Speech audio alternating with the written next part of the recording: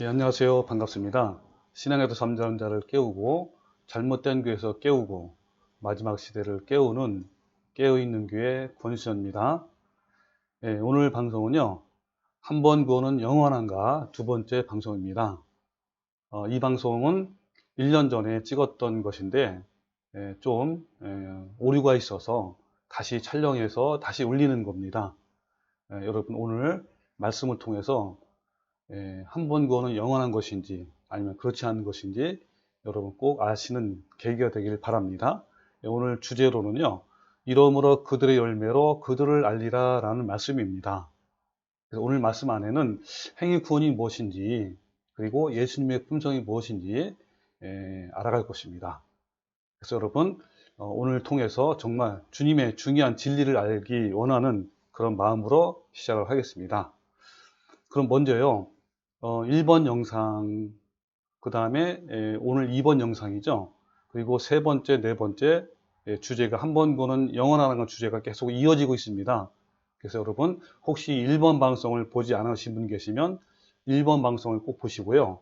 그 다음에 오늘 2번 방송을 보시고 그 다음에 3번, 4번 해가지고 34번째 방송이 그 한 번 구원은 영원한가라는 주제로 나가고 있습니다. 자, 그럼 오늘 방송은요. 지난번 방송에 나왔던 부분을 조금 이렇게 복습을 하면서 자연스럽게 진행을 하겠습니다. 우리가 지난 방송에는 제목이 뭐였냐면요. 가장 무서운 선고라는 제목입니다. 마태복음 7장 21절에 나더러 나더러 주여 주 하는 자마다 다 천국에 들어갈 것이 아니요 다만 하늘에 계신 내 아버지의 뜻대로 행하는 자라야 들어가리라. 그날에 많은 사람이 나더러 이르되 주여 주여 우리가 주의 이름으로 선지자 노릇하며 주의 이름으로 귀신을 쫓아내며 주의 이름으로 많은 권능을 행하지 아니하였나이까 하리니 그때 내가 그들에게 밝히 말하되 내가 너희를 도무지 알지 못하니 불법을 행하는 자들아 내게서 떠나가라 하리라. 아마 이 세상에서 가장 무섭고 두려운 선고가 바로 이 말씀일 겁니다. 여기에 보면 정말 주님을 열심히 믿고 그리고 정말 주님을 위해서 열심히 사역했던 사람들인데 주님 앞에 갔는데 예수님께서 내가 너희를 도무지 알지 못한다. 내게서 떠나가라는 정말 무시무시한 말씀입니다. 무시무시한 선언이고 선고죠. 여러분 여기에 그때라는 것은 어디입니까? 언제입니까? 예, 맞습니다. 하나님의 심판대 앞입니다. 여러분 우리는요 모두 하나님의 심판대 앞에 홀로 설 것입니다. 그래서 고린도후서 5장 10절에 보면 이는 우리가 다 반드시 그리스도의 심판대 앞에 나타나게 되어 각각 선악간에 그 몸으로 행한 것을 따라 받으려 함이라 그랬습니다. 우리 모두는요 예수님의 심판대 앞에 섭니다. 거기서 우리가 영원한 멸망인지 그리고 영원한 영생을 얻는지 거기서 결정이 되는 겁니다.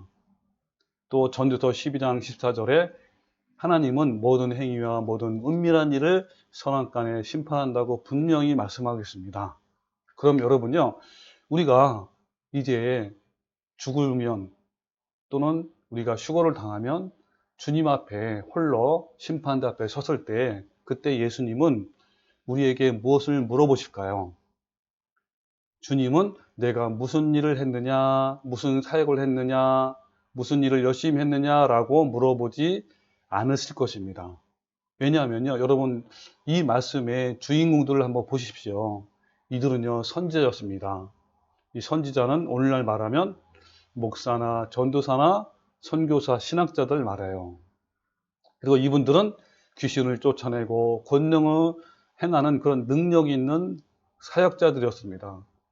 아마 이들은 예수님께 당당히 갔을 거예요. 예수님은 내가 이렇게 목사도 하고 전도도 하고 이런 사역도 했고 귀신도 쫓아냈고 그리고 권능도 많이 행했어. 그래서 내가 예수님께 가면 나는 칭찬 듣고 많은 상급을 받을 거야 라고 예수님께 당당하게 갔을 것입니다. 여러분 이럴 뿐일까요? 많은 믿는 사람들이요 대부분 주님의 심판대 앞에 갔을 때 이들은 똑같은 말을 할 겁니다. 나는요, 주일 예배도 지키고요, 꼬박꼬박 나갔고요, 금요일 철야 모임도 많이 갔습니다. 그리고 11조 생활도 했고요, 틈틈이 봉사도 하고, 해외 선교도 막 다녀왔습니다. 주님, 저 정말 잘했죠? 라고 하면서 자기 행위를 의지합니다. 그러니까 많은 사람들이요, 정말 자기는 믿음으로 말미암아 이제 구원을 얻는다고 얘기를 하지만 실제로는요, 자기의 행위를 의지합니다. 이것은요, 우리뿐만이 아니고 유대인들도 마찬가지죠. 유대인들도요, 이 모든 이런 행위에 덫에 걸려서 바로 하나님께 버림을 받았습니다. 여러분은 어떠신가요? 그러면 심판대 앞에서 주님은 우리에게 뭐를 물어보실까요? 예, 맞습니다. 너는 나의 사랑의 성품이 있느냐? 나의 아름다운 성품인 열매가 있느냐라고 물어보실 것입니다. 마태복음 7장 21절에 하늘에 계신 내 아버지의 뜻대로 행하는 자라야 들어가리라 그랬습니다. 그럼 여러분, 하나님의 뜻대로 행하는 것이 뭘까요? 여러분, 같은 마태복음 7장 바로 위에 있는 절, 즉 19절에 나와 있어요. 19절에 아름다운 열매를 맺지 아니하는 나무마다 찍혀 불에 던져지느니라. 이러므로 그들의 열매로 그들을 알리라 라고 했습니다. 자, 여기 보시면요, 아름다운 열매로 하나님의 뜻을 행하는 자인지 불법을 행하는 자인지 알 수 있다라는 거예요. 그래서 그 열매로 거짓 선지자가 무엇이 누구이고, 그다음에 진짜 선지자가 누구인지를 안다는 거고요. 그리고 진짜 성도가 뭐고 가짜 성도가 뭔지를 분명히 알 수 있는 근거가 바로 열매라는 것입니다. 예, 아름다운 열매. 그럼 여러분, 아름다운 열매가 도대체 뭘까요? 여러분, 어떤 유명한 사역일까요? 목회하고, 병 고치고, 능력 행하고, 열심히 봉사하고, 금식하고, 11조 내고, 기도하고, 찬양하고, 이런 것이 과연 여러분, 하나님의 아름다운 열매일까요? 예, 여러분, 여기에 성경에 아름다운 열매가 뭔지 나와 있습니다. 갈라디아서 5장 22절, 오직 성령의 열매는 사랑과 실학과 화평과 오래 참음과 자비와 양성과 온유와 충성과 절제니 이 같은 것을 금지할 법이 없다라고 했습니다. 여러분, 여기에 있는 성령 열매 9가지를 보면요, 너무너무 참 대단합니다. 여러분, 이 9가지 열매를 한번 묵상해보고 또 내 마음에 되새겨보고 한번 여러분 자세히 한번 살펴보십시오. 여러분, 이 9가지 열매는요, 바로 예수님의 성품입니다. 예수님이 이 땅에 오셨을 때 가지고 계셨던 예수님의 품성이에요. 이것은요, 다른 말로 표현하면 하나님의 거룩한 형상입니다. 하나님께서 우리한테 뭐라고 했습니까? 너희는 거룩함에 이르라 그랬습니다. 너희도 내가 거룩한 것처럼 너희도 거룩하라 그랬습니다. 이것은요, 내면의 변화입니다. 내 속사람의 변화를 말하는 겁니다. 이것이 바로 여러분 아름다운 열매예요. 이것이 바로 심판의 근거라는 겁니다.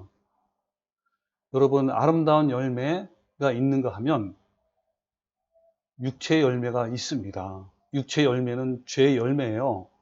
그래서 마태복음 15장 19절에요. 마음에서 나오는 것이 있다. 이 마음에서 나오는 것이 뭐라고요?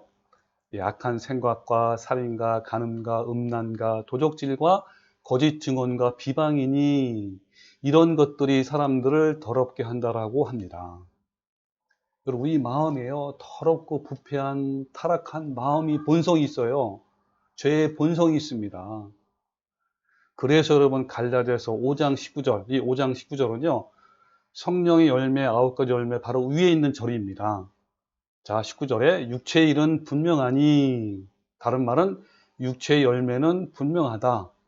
곧 음행과 더러운 것과 호색과 우상 숭배와 주술과 원수 맺는 것과 분쟁과 시기와 분냄과 당기는 것과 분열함과 이단과 투기와 술 취함과 방탕함과 또 그와 같은 것들이라 전에 너희에게 경계한 것이 경계하노니 이런 일을 행하는 자들은 하나님의 나라를 유업으로 받지 못할 것이요 그랬습니다. 여러분, 하나님의 나라에 유업으로 받지 못하는 게 뭐죠? 예, 이건 당연히 천국에 가지 못한다는 거죠. 구원을 얻지 못한다는 겁니다. 근데 여러분, 성령 열매를 맺지 않으면요, 그런 삶을 살지 않으면 저절로 이런 죄의 열매들, 육체의 열매들을 맺게 되어 있어요. 자, 왜냐면요, 갈라디아서 5장 16절에 보면 이런 말씀이 있어요. 너희는 성령을 따라 행하라. 이 성령을 따라 행하라는 게 뭐죠? 여러분, 성령을 따라 행하는 모든 것의 결과는 바로 성령의 열매로 맺게 돼 있어요. 그러니까 너희는 아름다운 성령 열매를 맺는 삶을 살아라 그런 뜻이에요. 누구로? 성령님으로 말미암아 그런 뜻이죠. 그리하면 육체의 욕심을 이루지 아니하리라. 육체의 소욕은 성령을 거스리고 성령은 육체를 거스리나니 이 둘이 서로 대적함으로 너희가 원하는 것을 하지 못한다 그랬습니다. 여러분요, 우리는 예수님을 고백할 때, 예수님을 영접할 때 우리의 모든 타락과 죄의 본성이 없어진 게 아니에요. 우리 안에는 여전히 내 자아가 탐심과 육신의 정욕이 그대로 살아 있습니다. 그래서 그러니까 육체의 욕심과 그러니까 육체의 소욕과 성령의 소욕이 매일매일 싸우는 거예요. 우리가 그 육신의 소욕을 내 탐심과 자아를 죽이고 성령을 따라 행할 때 아름다운 열매를 맺는 것입니다. 여러분, 그 예수님이 무화과 나무를 저주한 사건을 아시죠? 예수님은 하루는 예루살렘에 올라가시다가 잎이 무성하고 화려한 무화과 나무를 보고 열매가 있는가 없는가 이렇게 보셨는데 열매가 없어요. 그래서 예수님이 그 무화과 나무를 저주했습니다. 여러분, 이것은 뭘 말할까요? 이것은 여러분, 과일나무에서의 그 행위는요, 바로 화려한 잎사귀입니다. 그러니까 화려한 잎사귀는 종교적 행위를 말하는 것이고요. 열매는 지금 방금 말씀드린 내면에서 맺는 성령의 열매를 말합니다. 여러분, 나무가 아무리 화려하고 울창한 잎사귀가 있어도 열매가 없으면 아무것도 아닌 거예요. 과일나무의 목적은 바로 열매입니다. 여러분, 이와 같이 행위는요, 밖으로 나타나는 것을 말합니다. 즉, 우리가 말씀드린 그 봉사든지 뭐 구제하는 거, 11조 헌신하는 거, 사역하는 거, 뭐 성경 암송도 하고 이런 등등, 자, 이런 것들이 바로 말하는 행위입니다. 즉 나무에서는 화려한 잎사귀를 말하는 거예요. 근데 이런 행위는요, 우리가 결심만 하면 지금 당장이라도 할 수 있어요. 여러분, 그렇지만 이것은 지속적이지 않습니다. 왜냐하면 우리 내면의 변화에서 나오는 것들이 아니기 때문에 그래요. 그래서 이런 행위는, 겉으로 드러나는 이 행위는요, 구원과 관련이 없습니다. 이것은요, 내면의 변화가 없이도, 즉 내 안에 예수님의 성품을 닮아가는 것이 없이도 얼마든지 가능한 것이기 때문인 거예요. 그러나 여러분, 열매는 어때요? 안으로 맺힙니다. 예수님의 성품과 성령의 열매는 안으로 맺습니다. 그래서 여러분, 열매는 결심을 해서 한순간에 맺히는 문제가 아니에요. 평생을 두고 지속적으로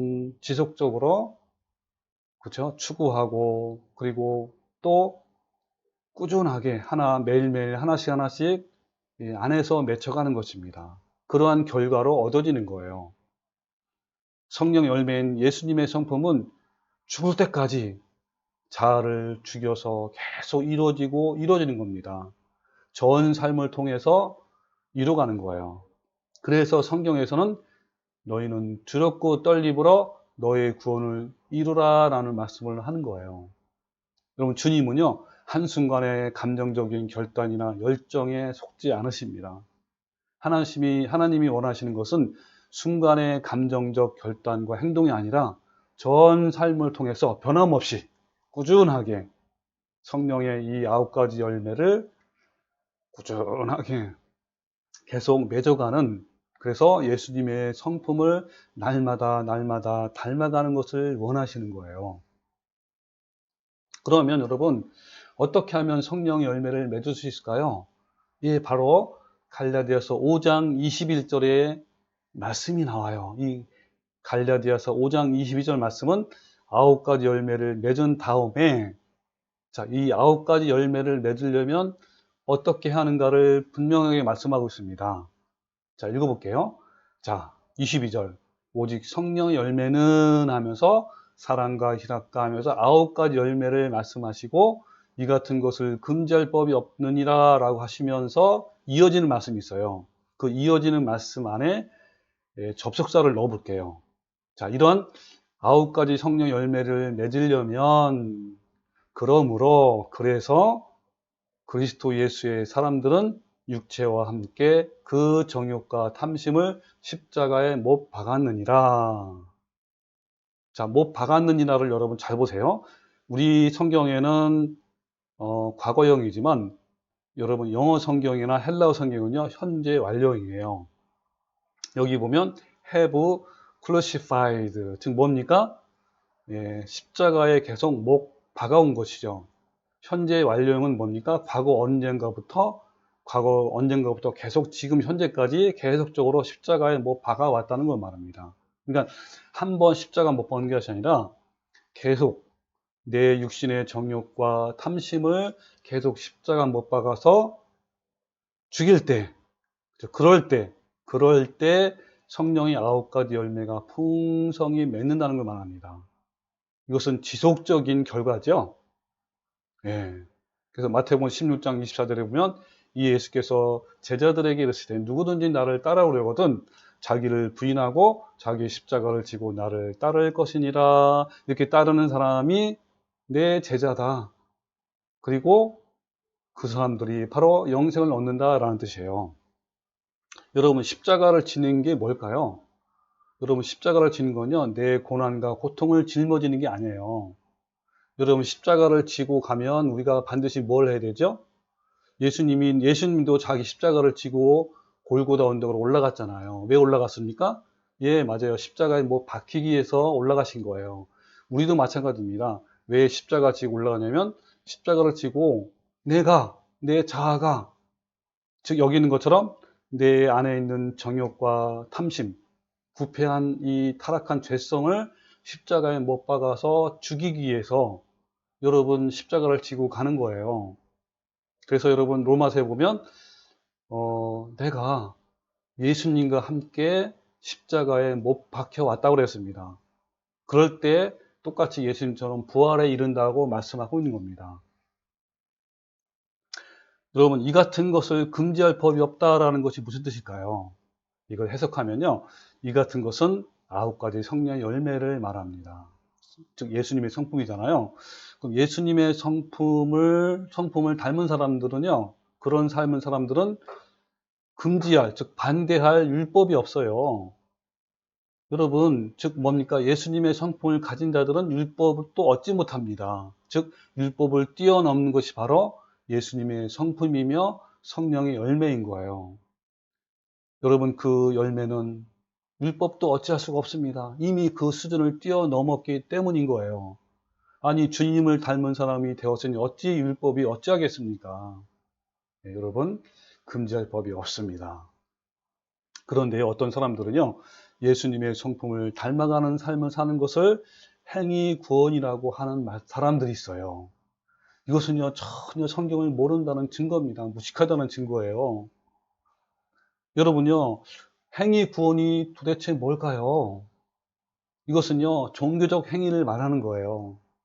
여기서 종교적 행위는 뭐 아까 말씀드린 대로 금식하고 구제하고 봉사하고 막 사역도 하고 11조 내고 헌금하고 이런 것들이 바로 종교적 행위입니다. 이런 종교 행위와 내 속사람이 변해서 예수님의 성품을 닮아가는 것은 전혀 다른 거예요. 여러분, 율법 행위 구원, 이 행위 구원은요, 율법을 지켜서 구원을 얻는 것을 말합니다. 이 행위 구원은요, 내 속사람의 변화, 내면의 변화가 없이 종교적 행위를 통해서 구원을 얻으려는 것을 말합니다.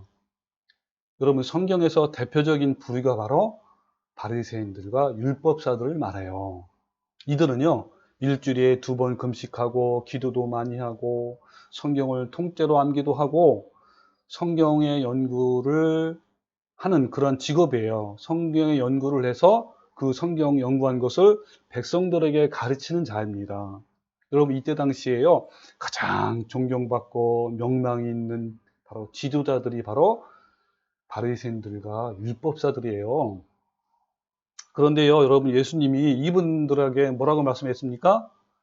예, 마태복음 23장 25절 화 있으신 저 외식하는 서기관과 바리새인들이여 그랬습니다. 이 외식한다는 건 뭐예요? 위선자. 너희는 위선자다 그런 거예요. 왜 그럴까요?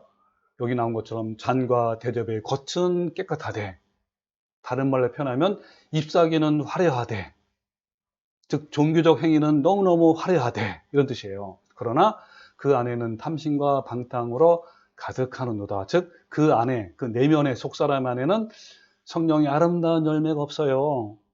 그런 겁니다. 여러분 그러면서 눈먼 바리새인들아 너는 먼저 안을 깨끗이 하라 그리하면 겉도 깨끗하리라 그랬습니다. 또 27절에요. 화 있으신 저 외식하는 서기관과 바리새인들이여 회칠한 무덤 같으니 겉으로는 아름답게 보이나 그 안에는 죽은 사람의 뼈와 모든 더러운 것이 가득하도다 그렇습니다. 이와 같이 너희도 겉으로는 사람에게 옳게 보이되 안으로는 외식과 불법이 가득하는도다. 여러분 우리는요 내면의 변화 없이 얼마든지 종교적 행위 구제하고요 봉사하고 사역하고 기도하고 이런 것들을 얼마든지 할 수가 있습니다. 이런 사람들을 예수님은 불법을 행하는 자들아 내게서 떠나가라 라고 한 거예요. 여러분 여기에 중요한 영적인 원리가 있습니다. 자, 어떤 원리가 있죠? 예, 너희는 먼저 그 안을 깨끗이 하라. 그리하면 겉도 깨끗하리라. 이 여러분 굉장히 중요한 영적 원리예요.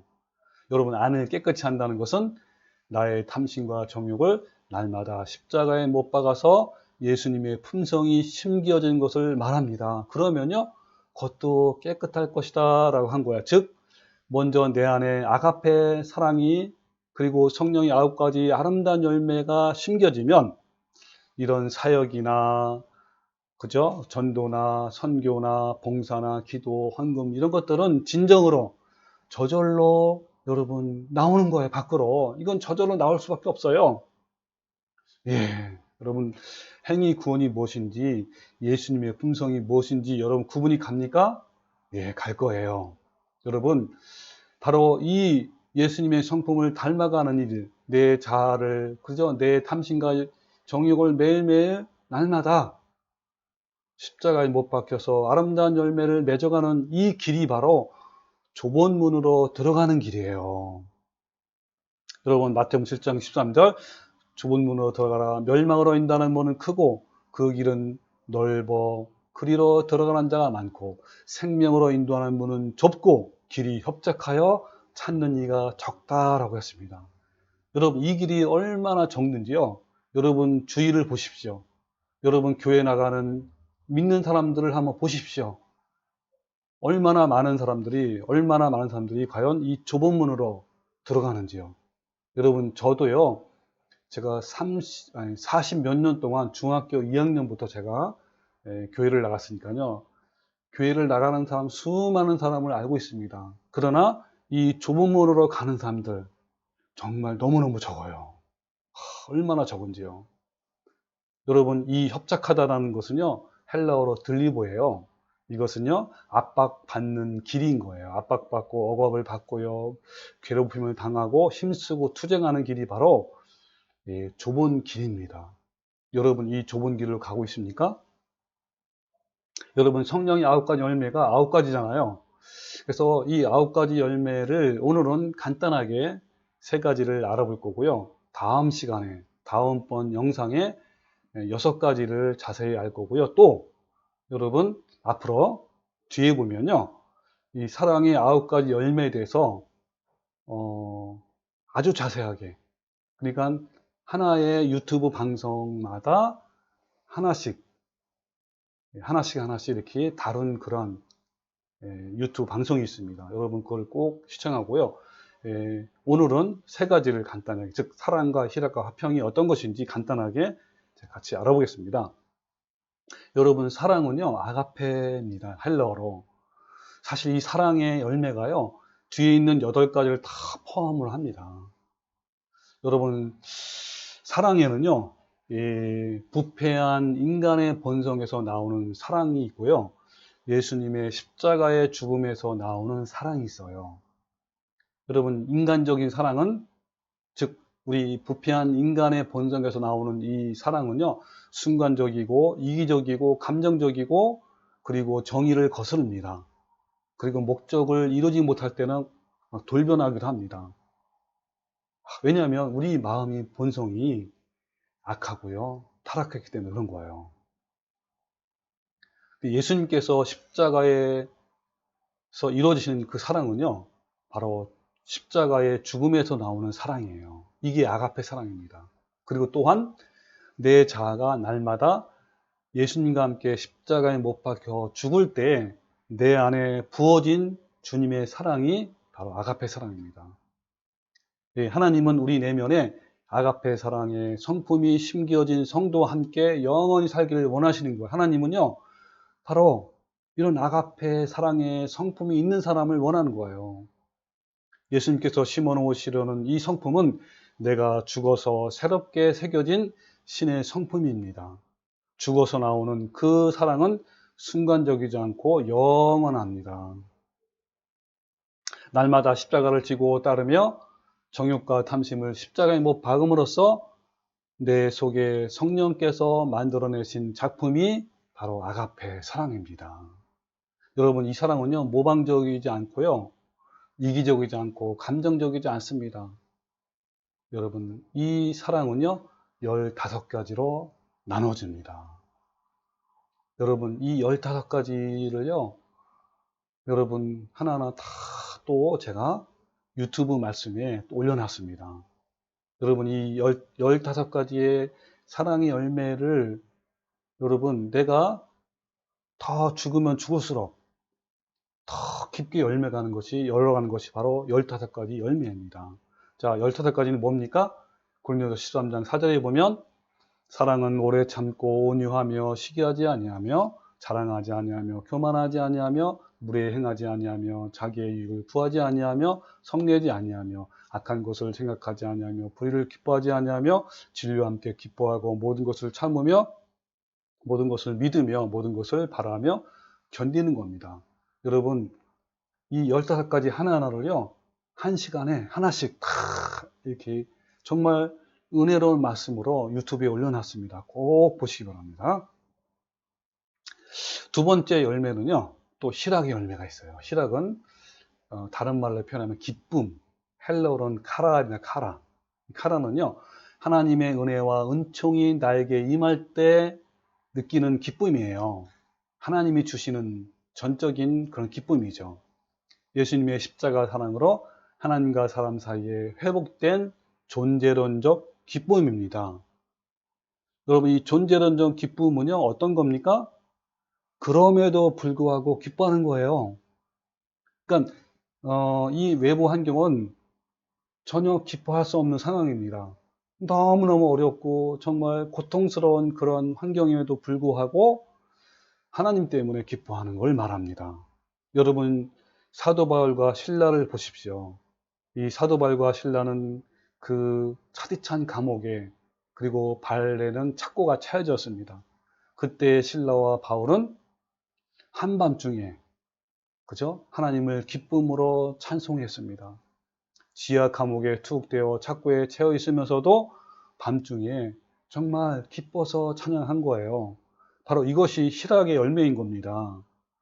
사도행전 16장 24절에 그가 이러한 명령을 받아 그들을 깊은 옥에 가두고 그 발을 차고에 든든히 채웠더니 한밤중에 바울과 실라가 기도하고 하나님을 찬양하며 찬송함에 죄수들이 듣더라 그랬습니다. 그러니까 그럼에도 불구하고, 그렇죠? 그런 상황이 아님에도 불구하고 기뻐하는 거예요. 그다음에 화평의 열매는요, 이 화평은 고요함을 말합니다. 헬라어로는 에이레네. 한번 따라해보세요. 에이레네. 예, 고요한 거예요. 그 히브리어는 샬롬입니다. 이것도 마찬가지. 그럼에도 불구하고 고요하고 흔들림이 없는 것을 말합니다. 그러니까 외부 상황에는 고요할 수 없는 그런 상황이에요. 너무너무 시끄럽고 풍랑이 일고 이런 상황에도, 그런 상황임에도 불구하고 고요할 수 있는, 바로 성품이 고요함입니다. 마치 깊은 바다처럼 그래요. 여러분, 깊은 심연의 바다는요, 아무리 엄청난 태풍과 풍랑이 일어도요, 깊은 바다 속에는 고요한 거예요. 이 화평의 반대는요, 불안하고 공포하고 막 두렵고 혼란스럽고 막 짜증내고 분노하는 이런 걸 말합니다. 그래서 화평을 깨는 가장 치열한 것이 우리 마음이에요. 그 잠언 4장 23절에요. 모든 지킬 만한 것 중에 더욱 내 마음을 지키라. 내 생명의 근원이 이에서 남이라 그랬습니다. 여러분, 언제 마음이 깨집니까? 예, 바로 외부 환경, 특히 사람과의 관계에서 많이 깨지잖아요. 그리고 또 경제적인 어려움이나 질병이나 육체적인 고통이 왔을 때 여러분, 우리 마음을 흔들어 놓잖아요. 이럴 때 그럼에도 불구하고 고요한 것이 화평의 열매입니다. 여러분요, 이런 고요함은요, 풍랑이 있는 바다에서 주무실 수 있었던 예수님의 안에 있었던 것입니다. 매를 맞고 차고에 채워진 바울과 신라가 감옥에서 찬양하며 부를 수 있게 한 바로 그것이 고요함, 에이레네입니다. 고요함은요, 돌에 맞아 죽어가던 스데반의 얼굴에 빛나게 했던 그것이고요. 내일을 기약할 수 없는 감방에서 기뻐하십시오라고 외쳤던 바울의 고백이 바로 고요함입니다. 여러분, 고요함. 이것이 없으면 많은 것을 가지고 있어도요, 여러분, 진정한 기쁨이 없습니다. 고요함은 작은 것을 즐길 수 있는 능력이고, 가난 속에서도 단잠을 자게 하는 힘입니다. 고요함은요, 우겨쌈을 당하고 답답한 일을 만나고 박해를 받고 거꾸러뜨림을 당해도 미소를 지을 수 있게 하는 것이 바로 고요함인 거예요. 이 에이렌의 고요함. 이것이 없으면 가지고 있어도 거저 갖고 궁정에 살아도 지옥 같은 것인 거예요. 많은 소유가 있어도 불안하고요. 모든 상황을 넘어설 수 있는 힘이 바로 성령의 열매인 고요함입니다. 이 고요함은요, 모든 유혹과 미혹과 탐욕과 정욕을 이길 수 있는 힘이고, 바로 그것이야말로 좁은 길을 걸어가려고 하는 사람들에게 가장 강력한 무기이고 용기입니다. 이 고요함은요, 어떤 검보다도 강하고 어떤 능력보다도 뛰어나요. 하늘길을 걷는 자들에게 이것만큼 필요한 것이 있을까요? 하늘에서 내려오는 이 선물, 성령의 고요함. 여러분은 이 고요함이 있습니까? 예. 자, 여기까지 오늘 두 번째 방송을 마치고요. 여러분, 한 번 보는 영원하라는가 세 번째 말씀은요, 아까 말씀대로 성령의 9가지 열매 중에 6가지 열매를 더 자세하게 또 풀어줄 겁니다. 그리고 그 이후에 또 한 가지 한 가지 성령의 열매 9가지를 또 자세하게 풀었고요. 또 사랑의 15가지 열매가 또 있어요. 그것도 여러분 유튜브 방송에 자세히 나와 있습니다. 여러분, 하나님이 원하시는 건요, 화려한 이파리가 아니에요. 화려한 사역이 아닙니다. 바로 예수님의 성품을 날마다 닮아가는 삶을 사는 거예요. 하나님 이런 사람을, 이런 사람을 저 천국에 데려가실 거예요. 예수님 그럴 거예요. 너는 나와 같은 성품이 있구나. 그래, 나와 같이 영원히 같이 살자라고 하는 것입니다. 여러분, 이러한 아름다운 열매를 맺어가는 성도가 되기를 간절히 바랍니다. 네, 이상 마치겠습니다.